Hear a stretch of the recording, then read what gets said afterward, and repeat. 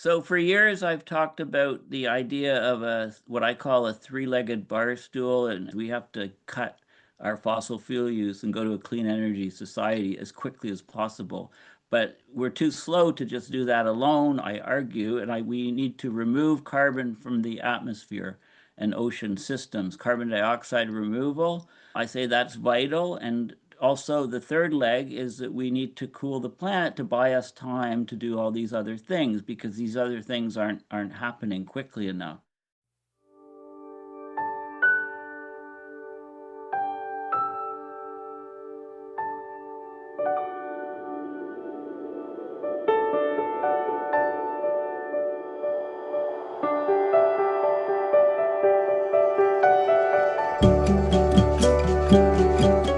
Hello, everyone, and welcome to today's Climate Emergency Forum. I'm Herb Simmons, author of A Climate Vocabulary of the Future, and I'm thrilled to host this particularly important program. And I know I say that usually that every program we do is important, but this one has a special angle, and that has to do with the conclusions that the authors reach that begin to call for essentially the end of debate on various aspects of climate intervention. But we're diving into it is a groundbreaking academic paper, for better or worse, titled Safeguarding the Polar Regions from Dangerous Geoengineering, a Critical Assessment of Proposed Concepts and Future Prospects.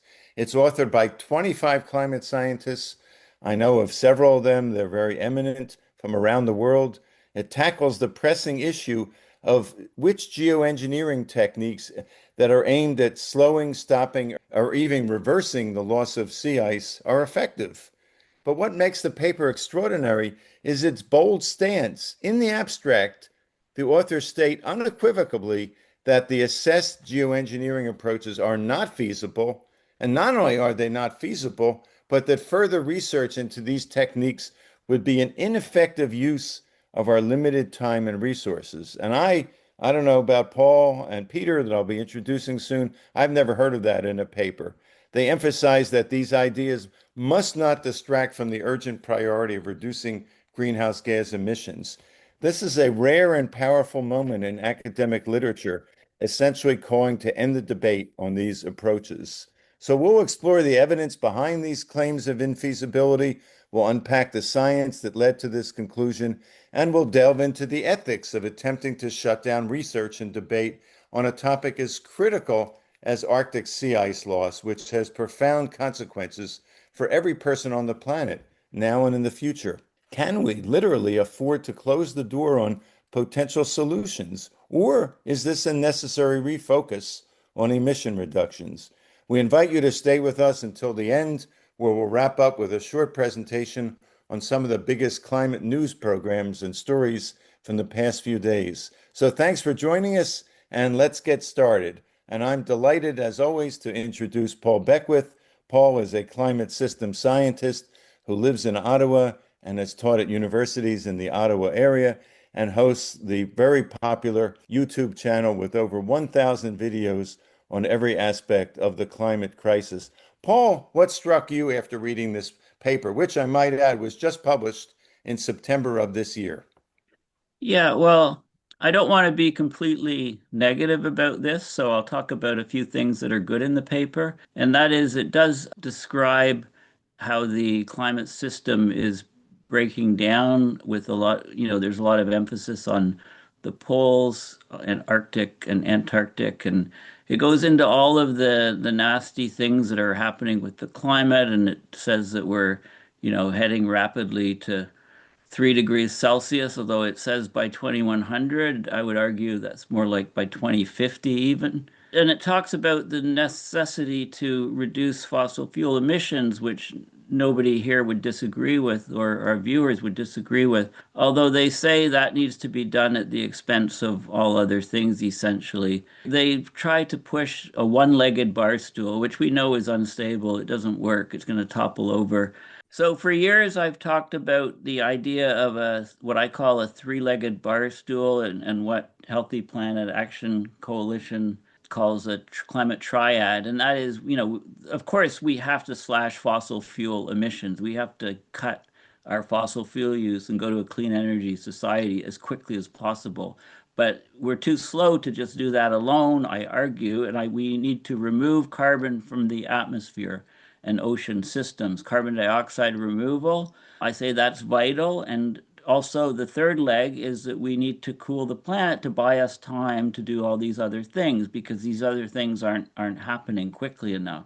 And the best technologies for that are things like solar, or the quickest things that we know would do a quick job at cooling the planet are stratospheric aerosol injection, or SAI, which they talk about in the paper. And also for the carbon dioxide removal, my favorite things are, apart from just growing trees like crazy on land, is to, iron in the ocean in high nutrient, low iron regions could be very effective to stimulate phytoplankton blooms to get that biological pump working to bring stuff. They have inconsistent arguments. They say that, for example, one of their claims is stratospheric aerosol injection wouldn't be ready in time to make a difference. So they argue no research, and then they say that it wouldn't be ready in time, and then there's no research, it wouldn't be ready in time. So they're basically in a classical infinite do loop that you can't get out of if anybody's done any programming, and it's totally inconsistent. There's a lot of inconsistencies within their arguments.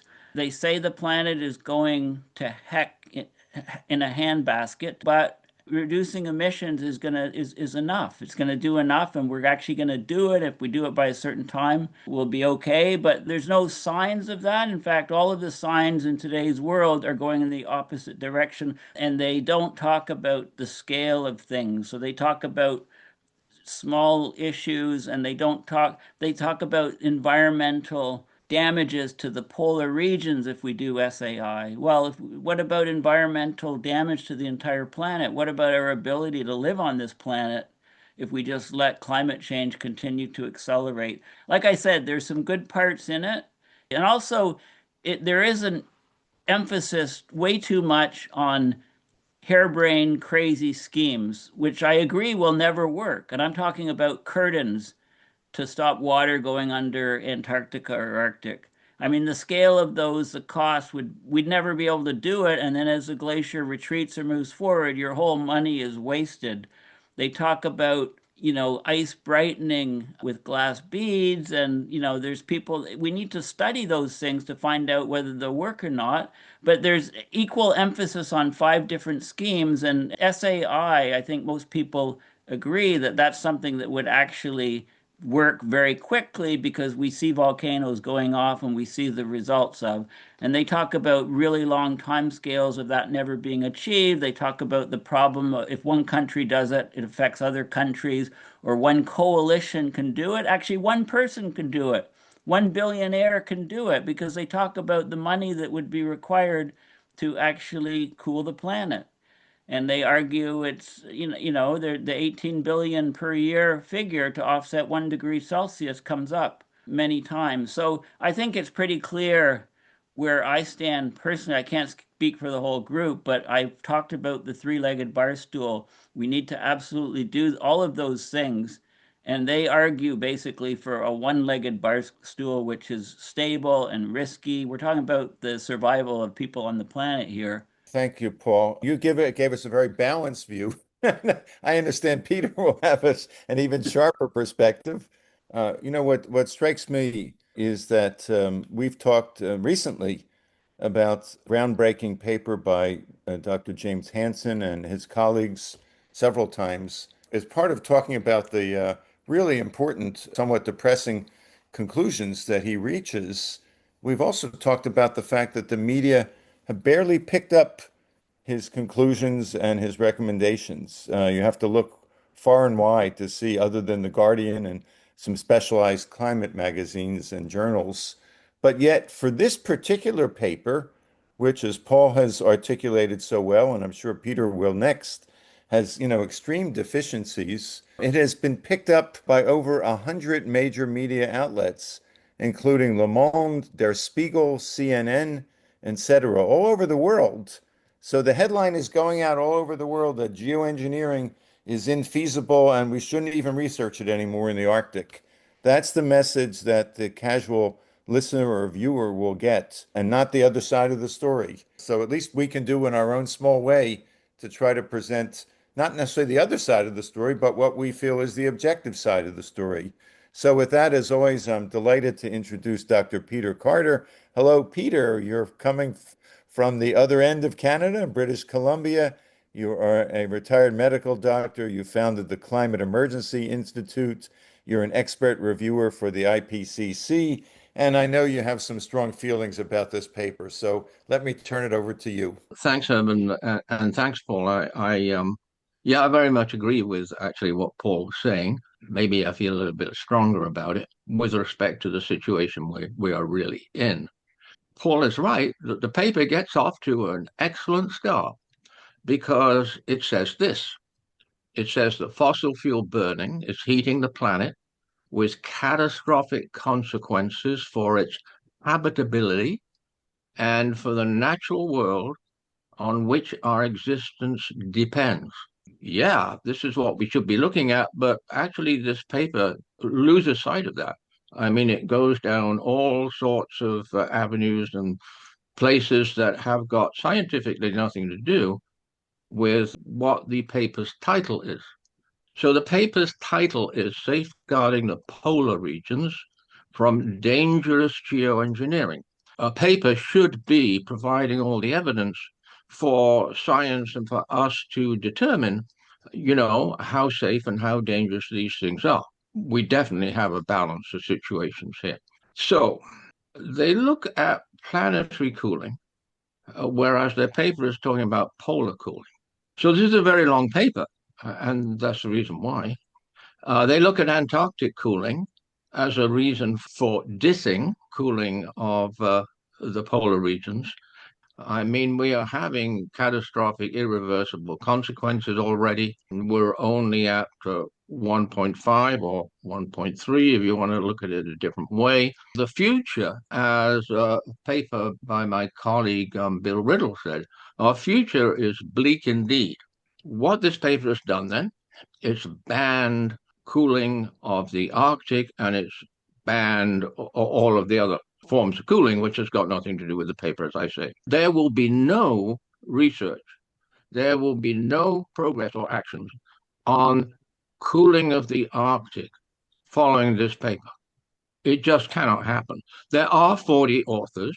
It's a who's who of leading climate change experts and of leading climate change institutions. So this is banned, which is not what science is supposed to do. The option for geoengineering of any sort has always been if we get to the situation where we're looking at basically the planet going down. I mean, that's always how it's being presented. It's not being presented as a fallback. It's being presented as a desperate option to use in place of an emergency. So that option is not going to happen. Now they make a very, very odd statement in their arguments against Arctic cooling. And their statement is that they talk about the potential acceleration of mitigation. That's an extraordinary thing to say because the real world situation we're in, and as regards to science, is there's no mitigation, there's no potential mitigation. Mitigation is blocked by other parties. So I just want to mention, to finish with two things which are in the paper, which in my view is the very worst part of this paper. They assume that there is a potential for acceleration of mitigation. That's one of the reasons, the many, many reasons why they say we should completely write off an option of cooling of the poles. Well, we have the opposite. We have no action on mitigation whatsoever. Every scientist in the world would understand this, and every climate scientist would know it. It's completely blocked by corporations, blocked by our economy, blocked by governments allowing more and more extraction of fossil fuels. We just had the latest production gap report. It's a very excellent report. Predatory means that we're harming future generations. So I hadn't heard of the term, but that's the meaning of the term. And these scientists misuse it to support their argument against any action thought on polar cooling. So that's my final word. Thank you, Peter. The only context that I'm aware of the term predatory being used in a climate context is the phrase predatory delay that was invented by a climate futurist, Alex Steffen, and he was referring to the efforts by the fossil fuel companies to delay decarbonization in the expectation that every day it's delayed is another $1 billion or so in the coffers of the fossil fuel industry. That was his context for predatory. But you're right. I mean, this is sort of like Alice in Wonderland. Everything is upside down, everything is inside out, at least from perspective of those of us here on this program. The other comment I want to make before I turn it back to Paul goes back to Jim Hansen again. He came up with a phrase, which is well known in the scientific community, scientific reticence, that scientists are often too timid because of their training to make clear statements. Well, this is sort of the opposite. This is like scientific dogmatism, scientific absolutism. Almost every paper will say something like, no matter how strong the evidence is, at the end it'll say more research is needed. And here they're saying, even though we claim the evidence is strong and more research is not needed, it's not required and it shouldn't happen. So excuse me for being a bit dogmatic, but as I said, and animated, but as I said earlier, this is extremely damaging because it's not just an obscure scientific paper. It has gotten headlines all over the world. Let me turn it back to Paul. Yeah, very, very good points, Herb and Peter. In the best scientific terminology or jargon, I would say that this paper's conclusions are utter BS, total and utter. And let's talk about some of the points that Peter Irvin has brought up in a SRM 360 article called No, Polar Geoengineering Has Not Been Debunked. He doesn't even talk about the idea of curtains, and of the, trying to change the albedo of the sea ice and things. He talks about things that are actually the most important, I think. He devotes a lot of his rebuttal to the comments that are made in the paper on SAI, stratospheric aerosol injection. So they make the comment that it will be ineffective in the polar winter, but actually the whole idea of cooling the planet is that, you cool the oceans around the continents and the ocean currents, which are bringing heat up to the Arctic region. So, of course, the poles are going to be cooled year round if you reduce the heat being transported up there. So, that argument that they make is completely false. They claim in the paper that SAI would exacerbate ocean acidification, which is categorically incorrect. Most of the ocean acidification is from the rapid rise of CO2, forming carbonic acid, causing ocean acidification. The sulfur component coming from volcanoes, is well known. The amount that would be required to cool the planet that we would put into the stratosphere would cause much, much less than 1% of change to ocean acidification. Basically, what will happen if we cool the planet is that the capacity of seawater to absorb greenhouse gases, including CO2 and any other gases, in fact, increases when the water gets colder. Anything that we do to cool the planet and cool the oceans will actually allow them to hold more CO2 and will actually lead in the shorter term to an increasing of ocean acidification. So are we basically saying we don't want to cool the planet because we'd cause the ocean acidification to be worse? I mean, that's insane, right? This is what fossil fuel phasing out and no more burning and no more putting CO2. And this is what carbon dioxide removal would do wonders for reducing ocean acidification. So they mix up their arguments, and most people wouldn't be able to. They say that there'd be environmental damage caused to the poles by SAI. Well, tell me, isn't really warm temperatures, melting ice, melting sea ice, melting glaciers, melting permafrost, isn't that causing huge catastrophic environmental damage to the poles? But not only that, Most people don't care about the poles. We care about the stability of where we live, and those things are being completely disrupted by climate change. And as you've said, every single scientific paper says we need to do more research. So when you get a loud call in the abstract saying no more research, you know it's completely bogus. Yep.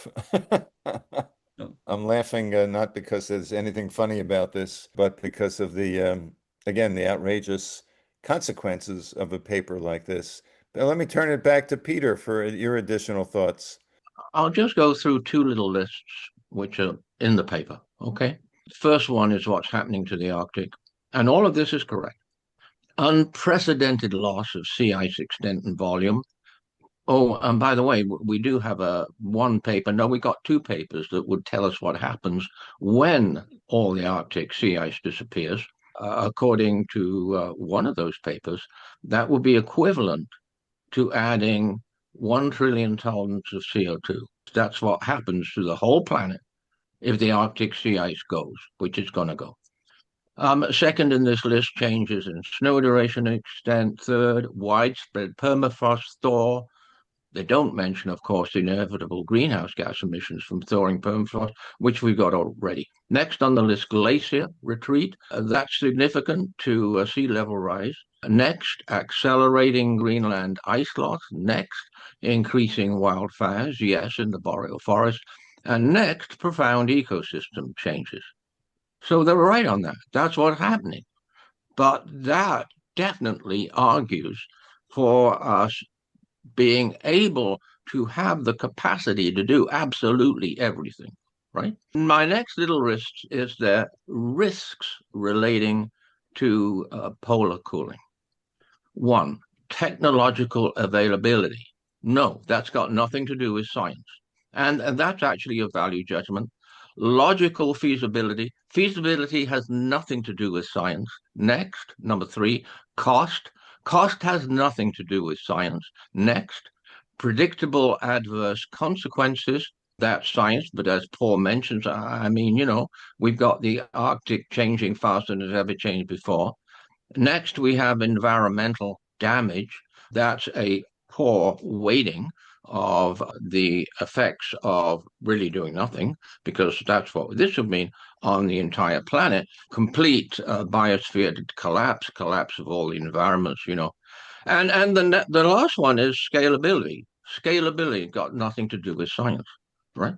They have two main arguments in writing off this option of having a capacity of Arctic cooling.